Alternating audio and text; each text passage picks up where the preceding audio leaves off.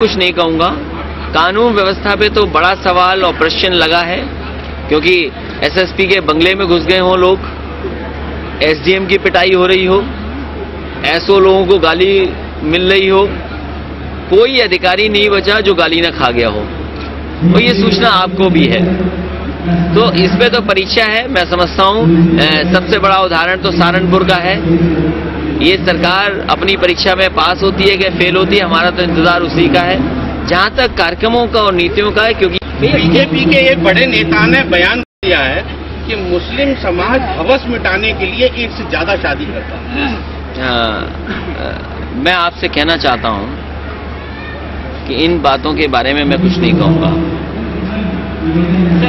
देश में गरीबी बढ़ी है, बेरोजगारी बढ़ी है, सड़क बिजली पानी का व्यवस्था करना है, सरकार उनकी है, जनता ने मौका दिया है। तो मैं समझता हूं जनता ने बड़ा मौका दिया है आपको, स्टेट में भी जनता ने बड़ा मौका दिया है, केंद्र सरकार में भी।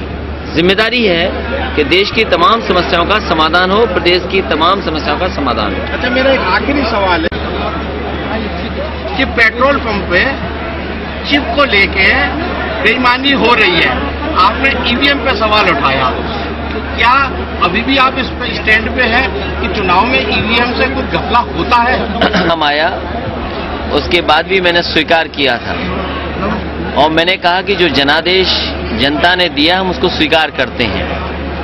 जनादेश मिलने के बाद केवल मेरी तरफ से ये बात आना कि ईवीएम में या ईवीएम पर सवाल खड़े हुए हों,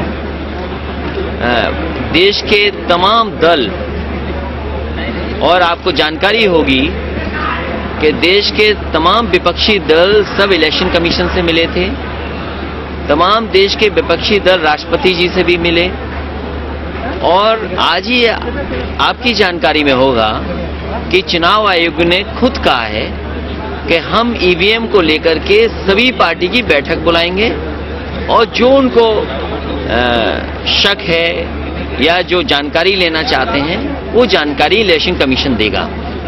जहां तक इलेक्ट्रॉनिक्स की बात है और इलेक्ट्रॉनिक मशीन की बात है, दुनिया में जो सबसे ताकतवर देश हैं अर्थव्यवस्था के मामले में, राजनीति के क्षेत्र में, और दुनिया में जिनका कद बड़ा है, वो मुल्क भी इलेक्ट्रॉनिक वोटिंग नहीं कराते अपनी मशीन से।